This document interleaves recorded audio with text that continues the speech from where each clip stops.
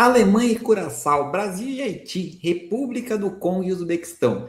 Esses são jogos que você não veria em outras Copas do Mundo, mas vai ver na Copa do Mundo de 2026. Isso significa que o formato mudou, a gente tem mais seleções e não dá para achar que as apostas não vão ter impacto em relação a isso. Vai ter muita coisa que vai mudar, coisas diferentes que vão influenciar nos resultados das nossas bets. Então, se você quer arrasar na Copa do Mundo, fica comigo, porque nesse vídeo eu vou te apresentar não apenas uma, mas 5 dicas fundamentais se você quiser ganhar dinheiro nessa edição da Copa do Mundo. Essa Copa do Mundo está realmente diferente, né? Isso acontece porque agora a gente tem 48 seleções, muitos grupos e algum formato diferente também nas classificações.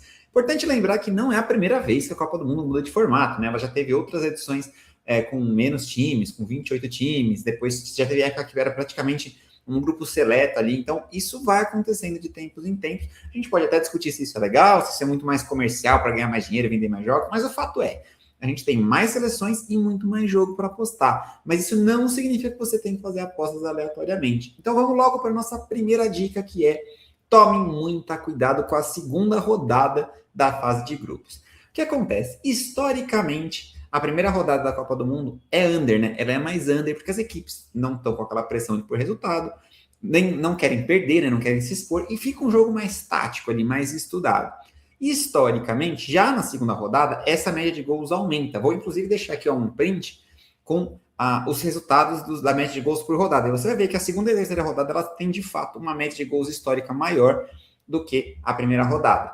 Só que agora muda um pouco a situação. Por quê? Se antes só se classificavam 2 seleções, e são só 3 jogos, as seleções que perdiam o jogo de ida já faziam um segundo jogo quase que de mata-mata ali, né? 2 derrotas, fazendo no máximo 3 pontos, era quase impossível de classificar.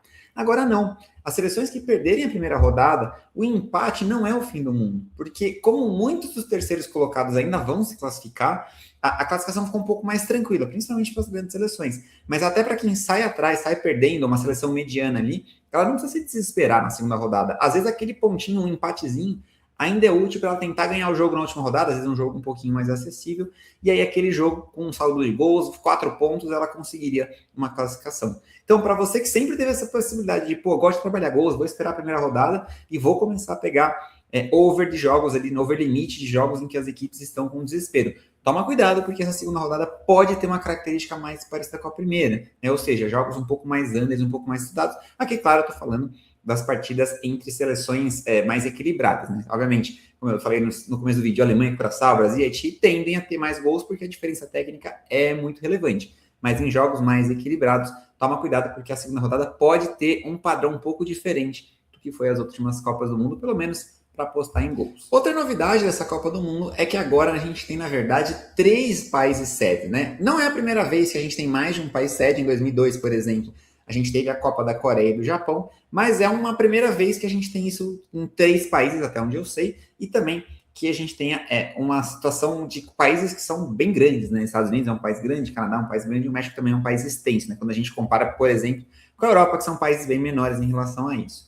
Qual que é a consequência que entra na nossa dica número 2?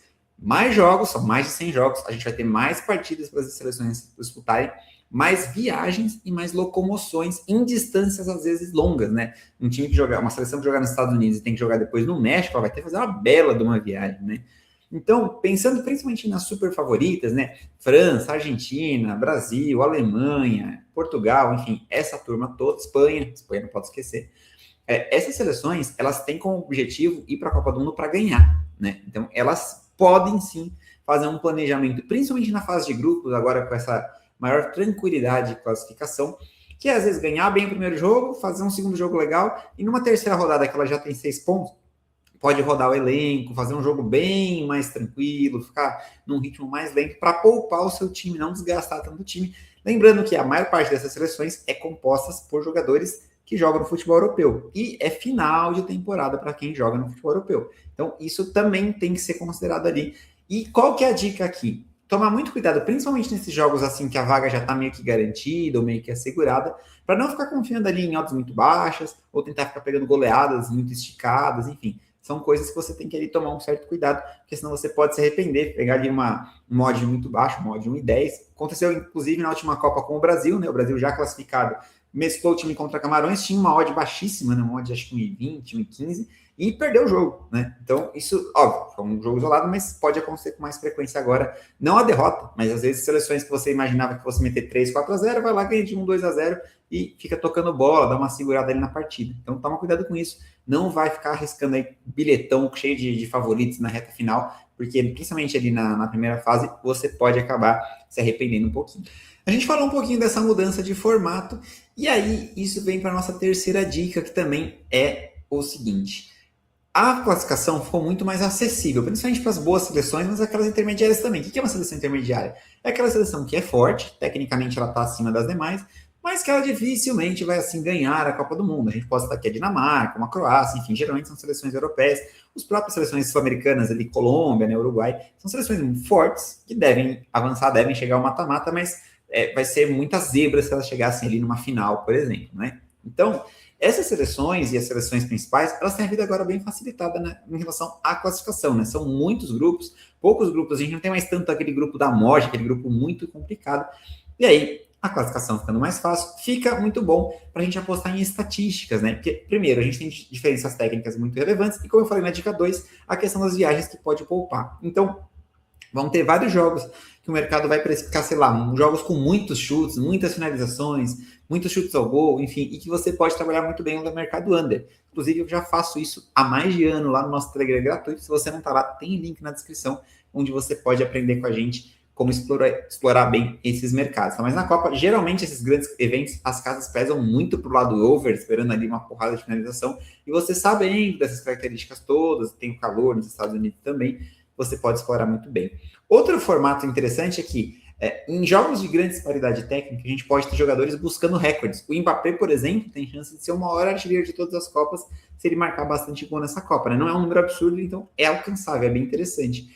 Se a França pega um jogo um pouquinho mais acessível ali, ele pode estar muito motivado para aproveitar aquele jogo e fazer gol. Então você pode buscar estatísticas de médio e longo prazo, né? Mercado de apostas ali para o Mbappé marcar mais de X pontos gols. Enfim, é uma possibilidade bem interessante aí para você poder explorar durante a Copa do Mundo. Não fica atento a essas oportunidades, né?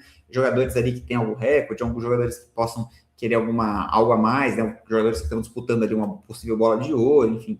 Eles sabem que a Copa do Mundo pesa muito e eles podem estar mais motivados, principalmente nesses jogos acessíveis, em que talvez o resto dos seus companheiros esteja em uma rotação mais lenta, mas eles não, eles querem fazer acontecer para marcar os seus gols, bater recordes, enfim, e a gente pode apostar nessa tentativa também. A quarta dica ainda vai nessa linha do novo formato, e eu diria para você tomar muito cuidado com as rodadas finais, porque a gente pode ter surpresas assim propositais. O que acontece? A gente vai ter um chaveamento ali em relação às equipes, e às vezes os grupos ali estão mesclados, mas pode ser que chegue num momento em que uma seleção perdendo um jogo, uma seleção que seja favorita na rodada final, ela fica ali numa segunda ou numa terceira posição, mas quase não, né? 100% garantido que ela vai classificar, porque nenhuma seleção vai arriscar sua classificação, mas para pegar um chaveamento um pouquinho mais tranquilo. Isso pode acontecer, né? Você sabe que isso pode acontecer. Então, não diria que ela vai entregar esse jogo, mas ela pode entrar sem aquela vontade, aquela gana de ganhar, e decepcionar muito. Então, assim, tenta também olhar os chaveamentos, é um formato novo, pode ser que tudo que eu estou falando nessa quarta dica não se verifique, né, que as seleções não estão nem aí, vão ganhar todos os jogos, mas imagina você ter ali um possível confronto com uma França ou com uma Espanha logo nas oitavas, né, logo na fase anterior às oitavas, os 16 avos ali. Cara, pode ser que essa seleção fale, pô, vamos empatar o joguinho aqui, já fazer um joguinho de compadre, garantir aqui uma classificação, sem eu ter que pegar já essa pedreira logo de cara. Vamos deixar esses jogos mais para frente. Então, se você ficar confiando cegamente em favoritos, você pode acabar se complicando por conta disso, que além dos desgastes que a gente já conversou aqui, é mais um fator que pode fazer com que as seleções dosem a intensidade, especialmente na primeira fase. Então, toma cuidado com isso. Por fim, não se esqueça de forma alguma que existem grandes diferenças entre os 3 países sedes da Copa. E às vezes, seleções que jogam bem em um determinado país podem ter dificuldade em outro. Nos Estados Unidos, por exemplo, a gente tem condições muito diferentes, mas historicamente é um país que traz muito calor, né? Pelo menos a última Copa do Mundo teve muita relação a isso. A gente hoje tem uma tendência à temperatura média global maior, logo a gente deve ter seleções que possam sofrer um pouco com calor, principalmente na Europa, né? Final de temporada, e também jogadores que às vezes atuam em ligas e países que não estão tão habituados a um calor tão intenso ali na hora de jogar. Outra situação que talvez você não esteja ligado é que o México tem altitude, né? A gente fala muito da Bolívia, de La Paz, de Quito, aqui na América do Sul, até Bogotá, na Colômbia, mas na cidade do México e algumas outras cidades específicas, como São Luís de Potosí, tem altitude muito forte, né? Então, o Estádio Azteca, por exemplo, tem ali, acho que, se eu não me engano, são 1.800, 1.900 metros de altitude.